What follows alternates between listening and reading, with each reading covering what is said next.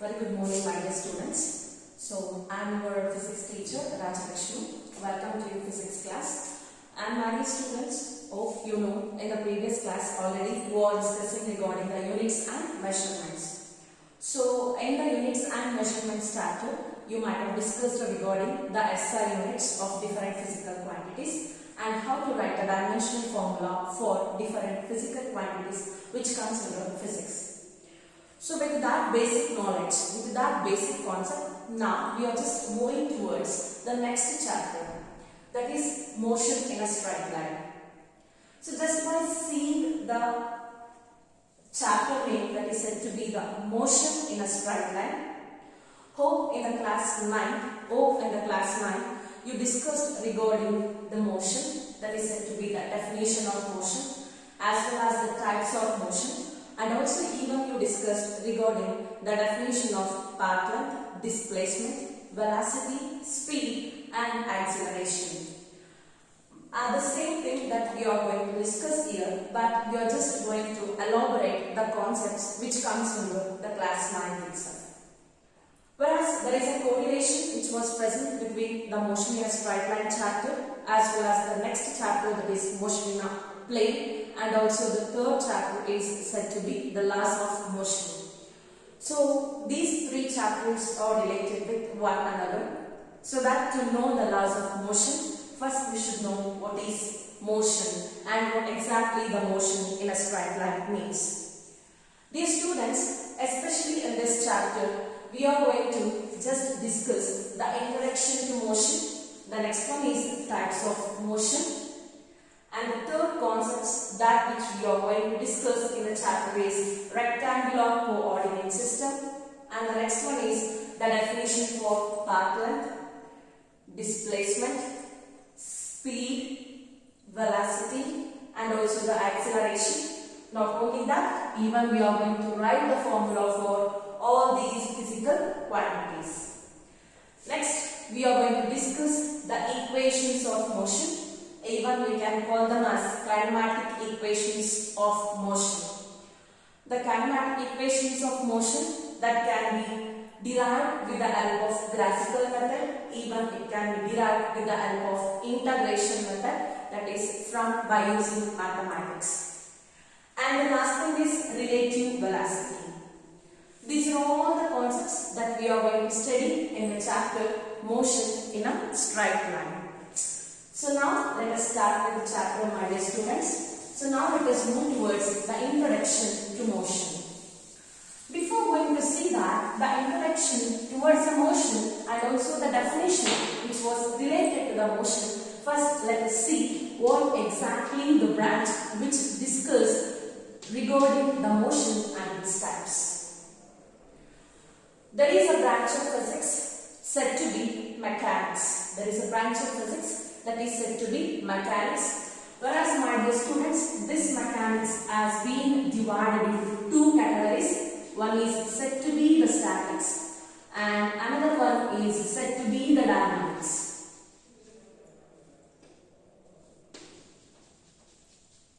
One is said to be the statics and another one is said to be the dynamics. Whereas this dynamics is again divided into two categories. Before going to see how many categories are present under this dynamics, I just want to define you what is statics means. My dear students, the word itself says that something is under rest. Something is under rest. So now, statics is exactly the branch of physics. It is exactly the branch of mechanics which deals with the study of, which deals with the study of the objects and the rest. That branch of physics is called as statics. Similarly, there is another branch said to be dynamics. There is another branch called as dynamics. Hope you are getting that. If I just consider that the object was present here, if I just consider that the object was present here, you can observe that the object is under rest till the external forces is going to act upon that object.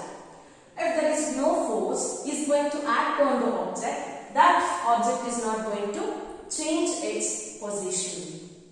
Then this object is said to be under rest. So then what exactly I want to do to observe that the object is moving from one position to another position? Suppose if I apply the force over here, my dear students, so the force is responsible for the motion of an object. Hope you know this and you are class managed too. Now let us define what is dynamics. So now dynamics is a branch which deals exactly with the objects, which deals with the study of, the objects which are under motion. The objects which are under motion, but whereas for this motion, what is responsible, dear students? For this motion, the force is responsible. So with the study of objects which are under motion caused due to external force, that is said to be dynamics.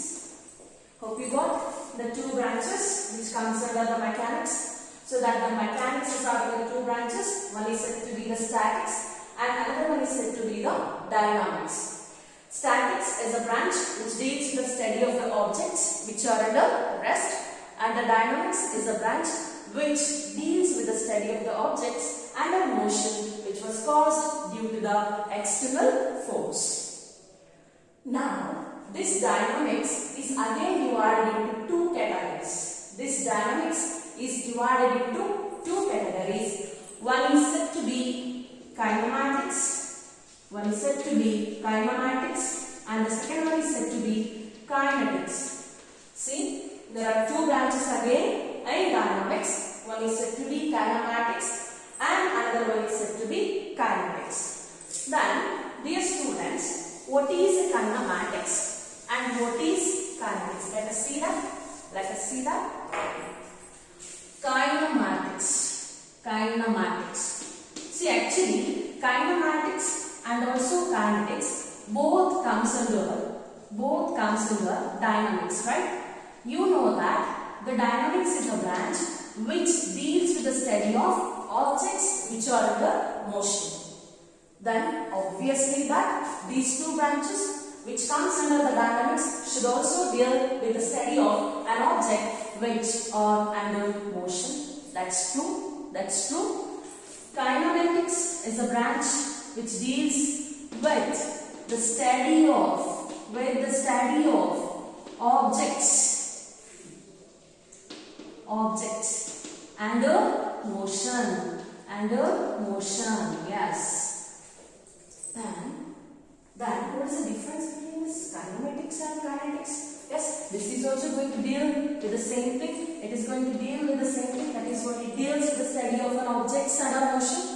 But here, you know that if I have an object that is said to be A, if the force is not applied, then the object is not going to move. If the force is applied, the object is said to be under motion. So that the force may be in a different ways. If I consider that the fan is rotating because of the electrical force, because of the centripetal force which was provided by the electricity, so that the fan is rotating, right? So that here I just said you that the cause for the motion of the fan, so that if I consider the cause, that branch is said to be kinetics. If I am not going to consider the cause for the motion, that is said to be kinematics. So that here it is a branch which discusses with the study of objects under motion without considering the cause for the motion, without considering the cause for motion. But when we come towards the kinetics, Here it considers the cause. Why actually the fan is rotating? What kind of force is acting over here? So that the kinetics is a branch which considers the cause which was cause for the motion. Yes. Kinetics is a branch which considers the cause exactly why our object is moving. So these are the basic ideas. That is what the mechanics is divided into two categories. Statics and dynamics. Statics is a branch which deals with the objects under rest. Dynamics is a branch which deals with the objects under motion. Kinematics is a branch which deals with the objects under motion without considering a cause. Whereas kinetics is a branch of physics which deals with the motion of an object with considering the cause for motion. This is about the types, the types which comes under, the branches which comes under this mechanics. Now let us see what exactly the object is under rest and the object is said to be under motion. Hope you know that. So even in your 9th class, you might have used the word that the object is under motion, the object is under rest. Then what is said to be that the object is at rest, and what is said to be that the object is under motion. The object is under motion. Now let us see this. So here the object is said to be at rest, as well as here the object is said to be under motion. So how to define this one? Dear students, suppose the object is not going to change its position with respect to the time and surroundings. Assume that there is a tree on the road, so that you are passing on the road. You are moving from one point to another point, but the tree is not at moved. What it indicates that the tree is an object. It is not going to change its position with respect to the time, as well as it is not going to change its position with respect to you. You are moving, but the tree is not moving with you. As well as the tree is in the same position, so I can say that if the object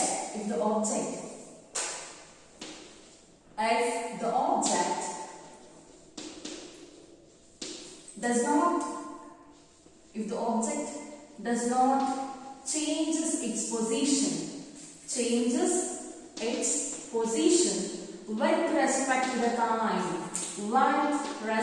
to the time, and also surroundings, then the object is said to be under rest. Similarly, when we come towards this concept, that is what the object is said to be under motion. Hope you got already that the reverse case of the object is at rest is said to be under motion. Now here if I consider that if the object changes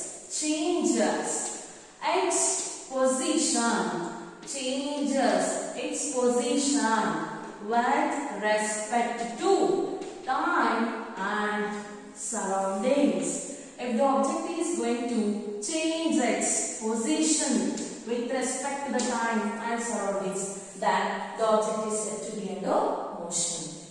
I can give a best example is a moving car. I can give a rotating fan, because the fins of the fan are always going to change their position for every change in time interval, so that the objects which is going to change their position as the change in time, so that kind of object is said to be under motion. Hope you got the difference between the objects which is under rest and also the objects which are under motion.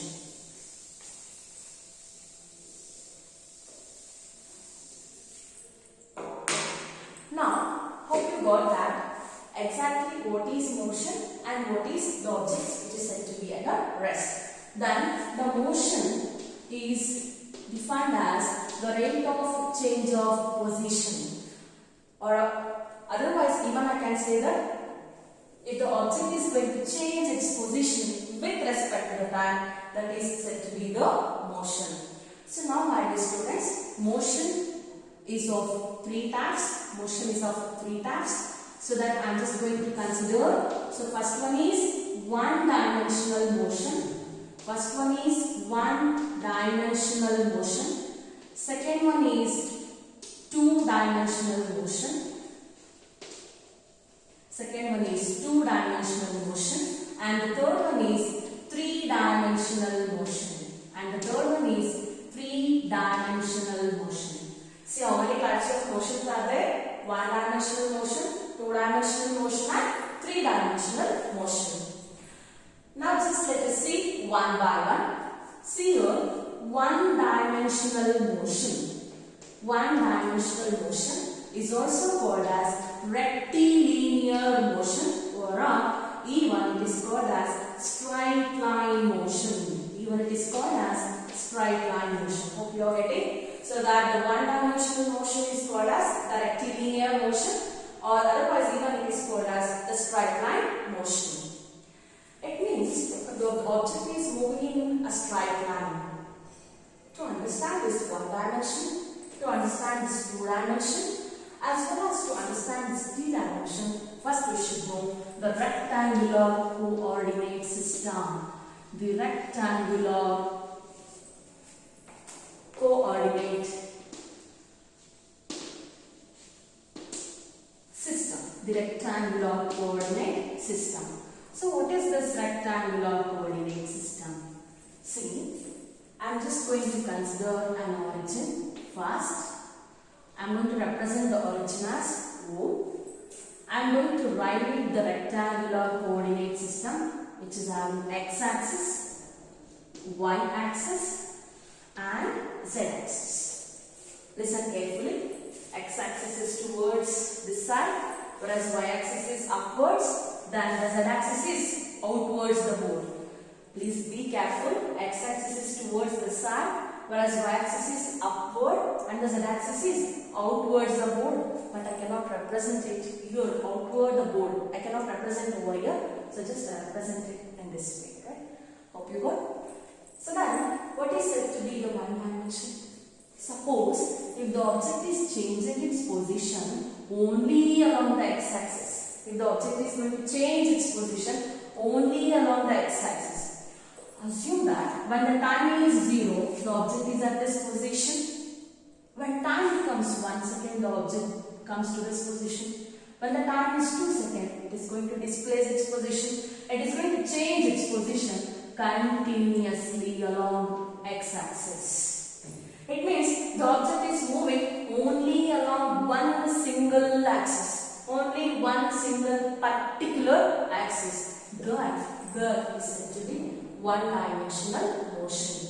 Not only that, you can consider the object, even it may be moving in only y-axis, or even it may be moving in only z-axis.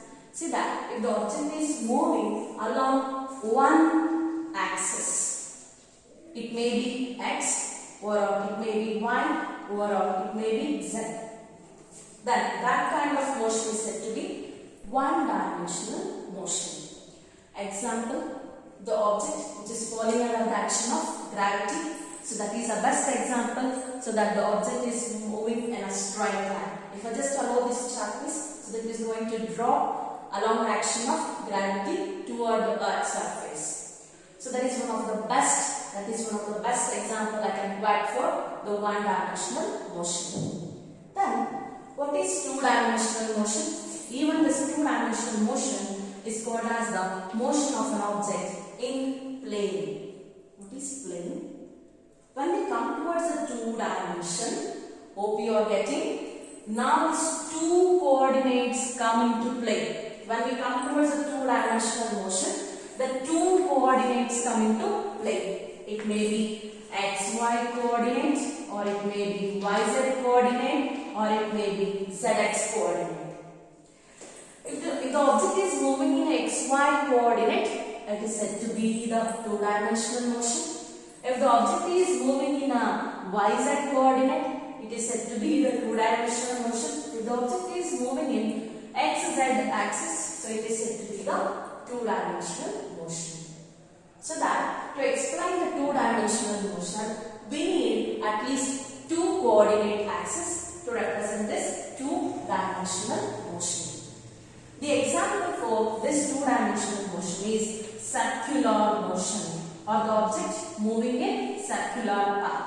The object moving in circular path is considered as the planar motion, or said to be the two-dimensional motion. Now let us come to the three-dimensional motion. If the object is moving in a space,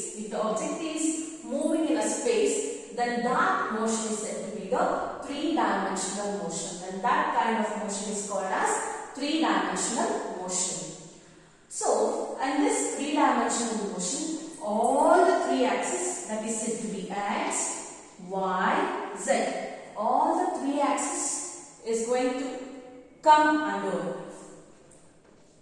S, is going to come under plane. So that it means if an object, just I consider a bird is flying in space, bird is flying in the sky. So that the bird which was flying is considered as the three-dimensional motion, in which to specify the position, to know that where actually the bird is present, we need three axes. That is said to be the three-dimensional motion. The bird, flying of a bird is considered as, flying bird is considered as an example for three-dimensional motion. Hope you know that. If I want to draw a circle, see, because I just said you that the circular path is an example for the two-dimensional motion. Assume that if I want to draw the circle, I'm just going to plot the points in this way, so that if I just join these points, I'm going to get a circle, right? So that this exactly represents you that x comma y. This also represents you that x dash comma y dash. This represents you that x double dash comma y double dash. Similarly, all these points. It means to represent the circular motion, we need how many axes? Two axes, whether it may be xy or yz or xz. Similarly, to represent the spatial motion, we need three axes, that is said to be x, y, and z. This is a simple types which comes under the motion, that is one-dimensional motion, two-dimensional motion, and three-dimensional motion. Don't confuse with the things that we studied in the 9th class. In the 9th class, we might have discussed regarding the types of motion as rectilinear motion and as well as circular motion. But here it is with one dimension, two dimension, and three dimension, whereas the circular motion and the rectilinear motion comes under this one dimension and also the two dimension. Hope you got regarding the rectangular coordinate system as well as you got the idea about one-dimensional motion and also two-dimensional motion. Now let us move at the frame of reference.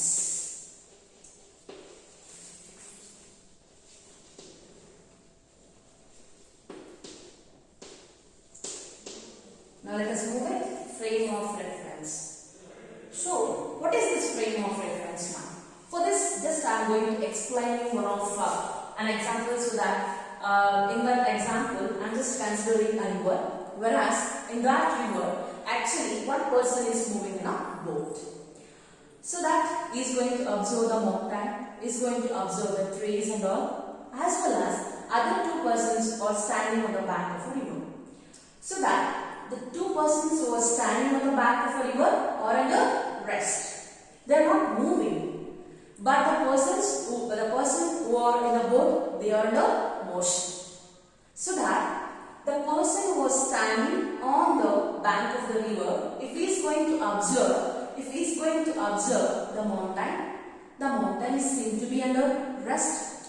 But for the person who was sitting in the boat, who is under motion, if he observes the mountain, he comes to the conclusion that the mountain is also under motion, whereas the mountain is moving backwards. Hope you got, my dear students. The person who was standing on the bank of the river, for him the mountain is seen to be under rest, but for but for the person who was moving in a boat, so that for him the mountain is in the motion. See that there are two different ways that we can predict that the position of a mountain. So then this gives you the clear idea that the position exactly where I am going to observe the other object, the position where exactly I am going to define the position of other object gives you the reference point called as the frame of reference. The frame or the point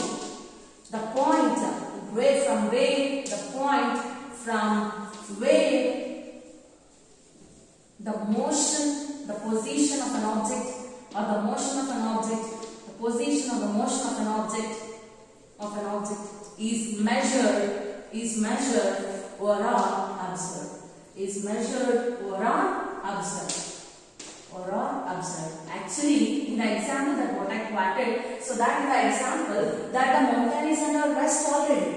So that, but the mountain is under rest, but for the person who was standing on the riverbed, he sees that actually for him the mountain seems to be under rest. But for the person who was sailing in a boat, for him it seems to be under motion. This exactly gives you that on which frame you are standing to see the other object. Hope my dear students you got. And with that I can give another example that we are just moving in a bus. When we are moving in a bus, the person who was standing in a platform, for us, actually the bus is moving, right? We are also moving with the bus, so that the person was standing on a platform, so that that person seems to be moving backward for us. Why? Because we are also under motion. Suppose if we are just sitting inside the bus which is not moving, so that the person in the platform is also assumed to be under rest. So that it depends exactly on the frame of reference. It is a point or the place from where the position of an object is measured or observed. That is said to be the frame of reference. Right? So this is the frame of reference with this basic idea. Now let us move towards the discussion of the simple definitions which comes under the path length, distance, displacement and all. My dear students, now I am just going to discuss you the two concepts that is said to be path length and another one is said to be displacement. Two concepts I am discussing over here. So path length is also termed as distance. Okay. Now let us see here. Suppose if I consider that a man by the name Bantu, right? So this person actually what he was doing is just moving towards church, a church and covers 4 kilometers, 2 kilometers per hour. And after that, he returns back to the playground. Right? He returns back to the playground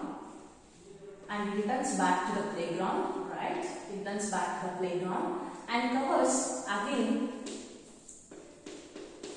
4 kilometers per hour. And after playing, he returns back to the home. See, there are three consequences, three places here. One is traveling from home to church by covering 2 kilometers per hour, and afterwards he comes from church to playground and covers 4 kilometers per hour, and afterwards he moves from playground to the home and covers about 3 kilometers, 6 kilometers per hour. Right? See, in this example, it was started as journey from the initial point, whereas the final point is also the same. Here the initial point and the final point is same.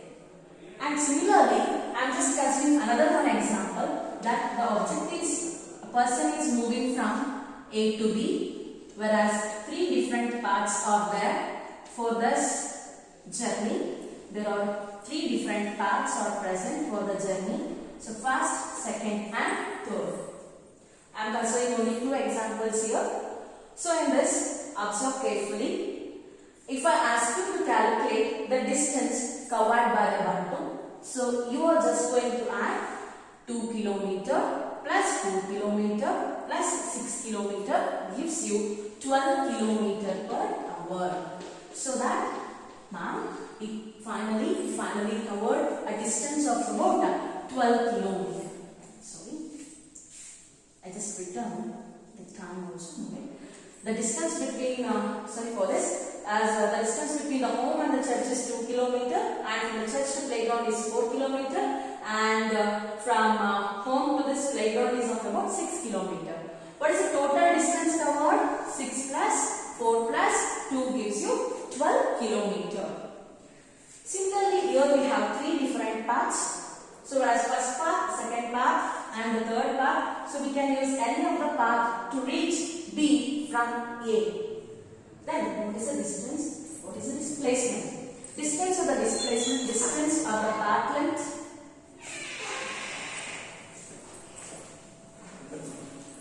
Distance of the path length is said to be the scalar quantity. It is said to be the scalar quantity. When we come towards a displacement, it is said to be the vector quantity. Right? So that path length is said to be the scalar quantity, as well as displacement is said to be the vector quantity. When we come towards the distance, I said you that Bantu covered 12 km. Then, suppose if you ask me what is the displacement, I said you that the displacement is 0. Bantu is not covered anything. So you may ask me, ma'am, actually Bantu travels so many kilometers, ma'am. Just you are giving 0. That is wrong, ma'am. No, exactly. That is why I just differentiated this path length and displacement. The path length is scalar and displacement is vector quantity. Then what is a scalar? Scalar quantity is the one which is having only the magnitude, but vector quantity is the one which is having both magnitude and direction. Which is having both magnitude and direction. So that now you can observe that the scalar quantity is the one which is having magnitude. In magnitude andre